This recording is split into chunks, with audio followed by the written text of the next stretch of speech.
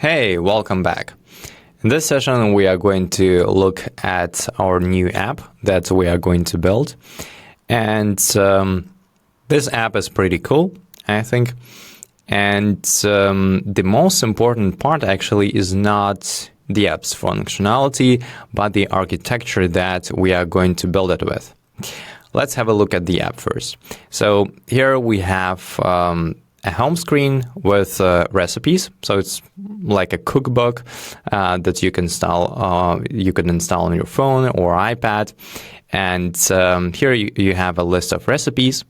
You can search for a recipe with the search bar here. And you can also open up a detail screen where you would see a photo or an illustration here with the name and description, and also a list of ingredients, also with photos. You can also bookmark the recipes. For example, this recipe is bookmarked. This one as well. Let's remove the bookmark like that. And maybe let's bookmark this one. So the bookmark recipes are going to be shown in this tab. You see where you would see the list of your favorite recipes. And once again, you can see the details of them. So that's the app. I think it's pretty cool. It looks very good. But most importantly, let's see how we are going to structure it, or what architecture we are going to use with it. So here's the high-level architecture diagram. And before we are going to look into detail how it is structured, let's pause for a second and think, why do we need an architecture? Why do we need a structure? And actually, the reason we need an architecture is to first give our project structure. We are currently building a very simple app, right? More or less simple. But as the time goes, the project becomes bigger and bigger, and it's very hard to manage big things. So the solution to the problem here would be to split the complicated things into smaller pieces. Now you have to know how exactly you would split it. Another thing about architecture, also related to the first one, is that it reduces the amount of decisions you have to make. And what kind of decisions I'm talking about here? Let's say you create a new class. Now, if you don't have a structure or an architecture, you would have to come up for a place for it, right? So you need to think, hey, where do I put this class? And you have to do it with each class that you create, and it's very painful, actually, to always think through and make those decisions along the way. Now, with architecture, with good architecture, the amount of decisions that you have to make actually is reduced by a whole lot.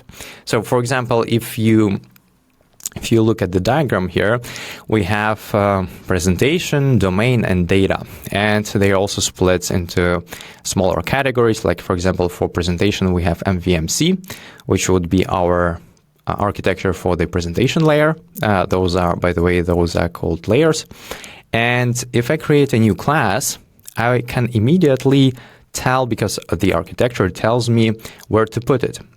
Should I put it into the domain folder or module, in the data layer, or in the presentation, or, for example, here, if it's a view model, or a coordinator, right? So I have already a very good structure, and this structure tells me how to group the project in different pieces. The architecture that you see here is called clean architecture. We are not going to build it 100%, but we are going to structure our project according to it, more or less, right? It's not going to be perfect clean architecture, but the structure and the main idea will remain. The idea of clean architecture is that you want to split your app or software, any software you build, it can be applied to any software actually, is to split it into three main things: presentation, domain, and data. Now, the presentation would store any code that is related to user interface. it is the screens, the views that user interacts with, right? So something that user can see, okay? And in our case, the user can see UI view controllers, UI views, for example, right? And to structure the views, we actually have MVVM-C architecture here, right? And we are going to look in a bigger detail a bit later, but let's go down to domain. What is domain? Domain is actually something that is directly related to business, right? It can be business entities or maybe also use cases. Those are classes that contain business logic. Now, what is business logic? Business logic is basically when you build an app and, for example, I save a recipe, I bookmark it, right? It is a business logic to store this information onto the device so that the user can view it later, right? It doesn't directly, like you don't think of business or business logic when you do things like that, but it is actually considered a business logic because big business decided that, hey, this is a functionality we want to provide in our app to eventually somehow create a pleasant user experience, a product that the user needs, and make money off of it, right? That's why it's called business logic or business models, for example, business entities, right? So domain is for the business, for the core functionality of our app. And it's very high level. So everything else is more like implementation specific. For example, presentation, we can build our app with UIKit, we can build it with Swift UI, we can choose different architectures like MVVM, MVC, MVVM-C, Viper, etc. So those are like implementation details, but business actually cares about the things that are stored here in the domain. So domain is like the core of our app. Now, then we have the data layer. Data layer is also very important, and as you can guess by the name, it is responsible for managing data. What kind of data? So first, let's have a look at the repositories and data sources.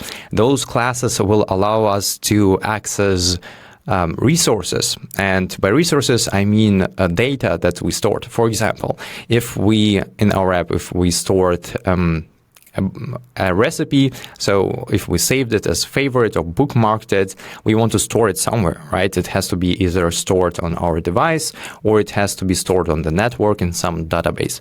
And for those two use cases, let's say we actually use repositories and data sources. Or for example, if we want to fetch a list of, in our case, recipes once again, or maybe profile information for the user, those should be done by repositories or data sources. Now, what are DTOs? Now, some projects can omit them. However, let's say I wouldn't even say in majority of the cases, it's actually dependent on your taste. But if you want to have more separation, and in some cases it's actually beneficial, especially when the data that comes from the database or from the server is not exactly what we want to work with. So we have to kind of change it, update it a little bit, maybe restructure it, right?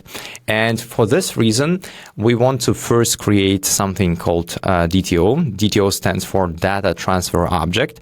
And those data models represent data the way it is stored on the server or in the database. So maybe the format that is not perfectly what we want, but we still have to kind of work with it first because we get it from the server, right? So we need to first kind of capture it somehow. And for this, we use DTOs.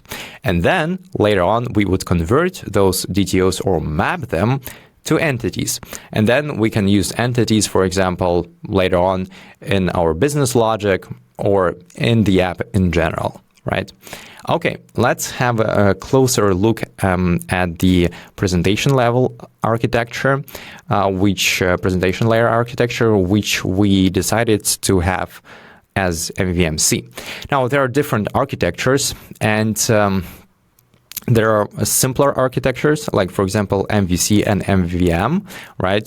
Things that you should already know about.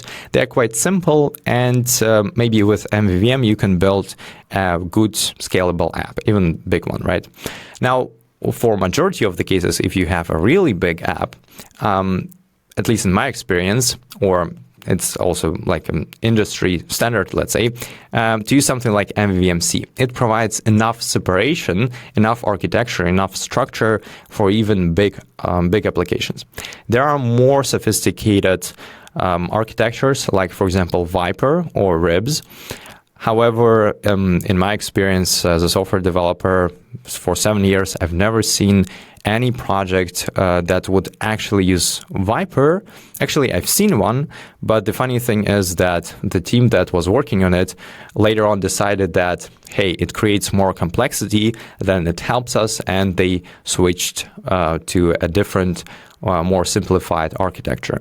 So I think MVVM-C is like a sweet piece or like a middle ground, which on one side allows us to have enough separation for good structure. On the other side, it's quite simple actually to use. All right, let's have a look. So the first one is modeled. It's grayed out here just because in our app, we actually are going to use entities inside presentation layer, which is fine. I mean, you can create another model here, and in some cases you can do that. It's fine, especially if your view requires like a special I don't know, for example, a model for a cell that only uses a part of the entity, or it changes it a little bit to work with it. So, but in our app, we just don't use it. Just keep in mind. So model is a data model, right? So it's like a recipe in our case. A recipe, something that we can use, or an ingredient. So it's a data model that stores information that view needs to display the data, right? So for example, here, for this cell, we need a title and a duration, and this is what we need the model for.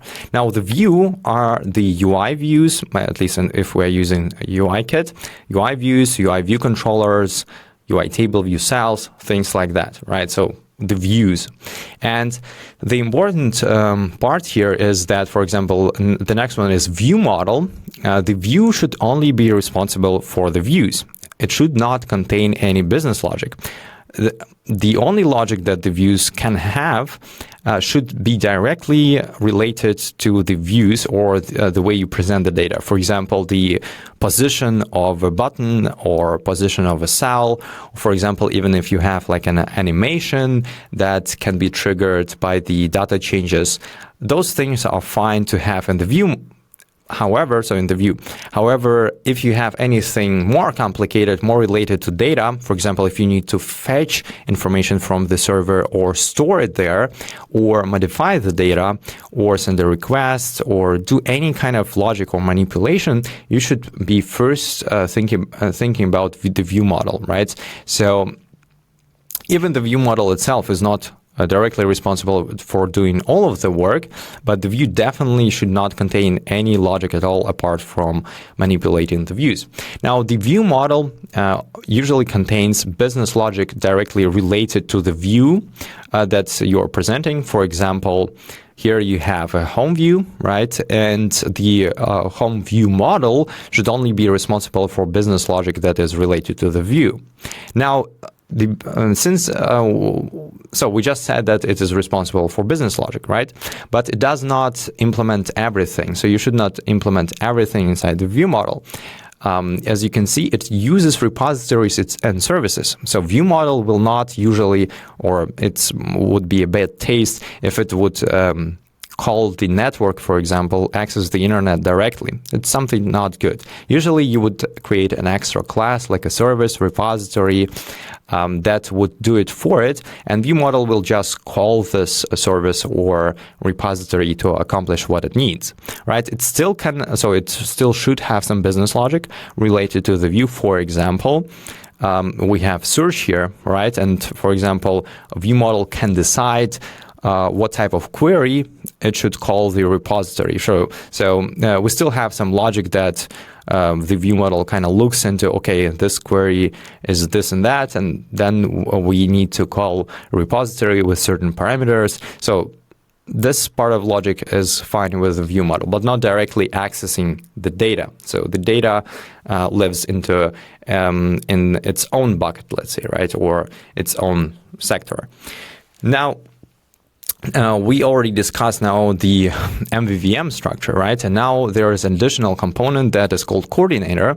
And coordinator is an additional thing, is usually not the biggest part. The biggest part is usually either view or the view model, one of the two. But coordinator is like a little support item that is responsible for navigation. It can become complicated sometimes, but basically it's a class that manages transition between the views, right? For example, in our app, when I tap on a cell, we open a detail screen. This is something a coordinator should be responsible for. Same here. So you see we have like 4 tabs, and this is, or for example, when app launches, what screen do we see? Those are responsibilities of the coordinator. And once again, for example, here I also open up a detail screen. So here we also have a coordinator that is responsible for it. All right. So this is high-level structure. Next, we are going to implement it one by one, and you are going to see how it looks like. All right. See you in the next one. Ciao, ciao.